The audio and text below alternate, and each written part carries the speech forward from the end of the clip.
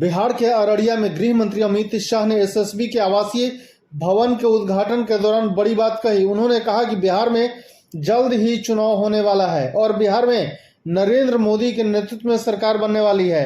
इस बयान के सामने आने के बाद सियासी मायने निकाले जाने लगे। अभी तक चिराग पासवान ही मध्यावधि चुनाव की बात करते रहे हैं, लेकिन इस बार खुद केंद्रीय गृह मंत्री अमित शाह ने घोषणा कर सियासी पंडितों को भी हैरत में डाल दिया।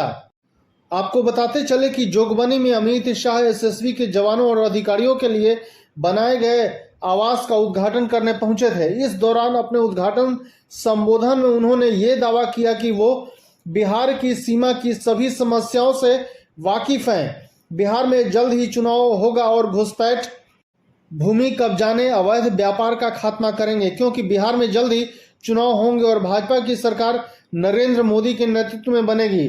गृह मंत्री ने कहा कि बिहार की सीमा की सारी दिक्कतों से परिचित हूं।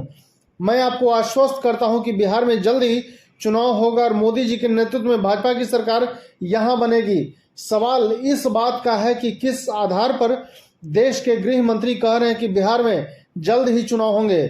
जब से महागठबंधन की सरकार बनी है, कभी भी अमित शाह ने मध्यावधि चुनाव के बारे में कभी चर्चा नहीं की, लेकिन G20 में प्रधानमंत्री मोदी से नीतीश कुमार की मुलाकात के बाद भाजपा नेताओं के सुर बदलने नजर आ रहे हैं।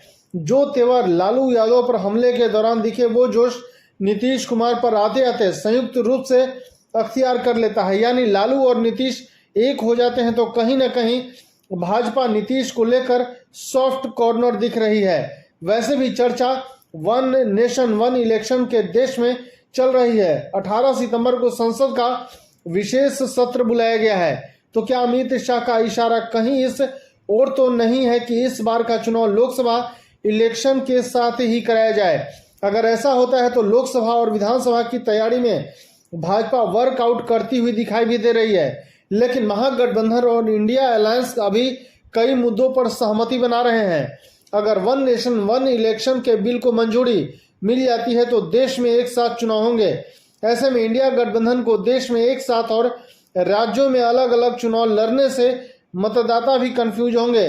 बहरहाल आगे का पूरा राजनीतिक सिनेरियो संसद के विशेष सत्र की कार्यवाही के बाद क्लियर हो जाएगा। धन्यवाद।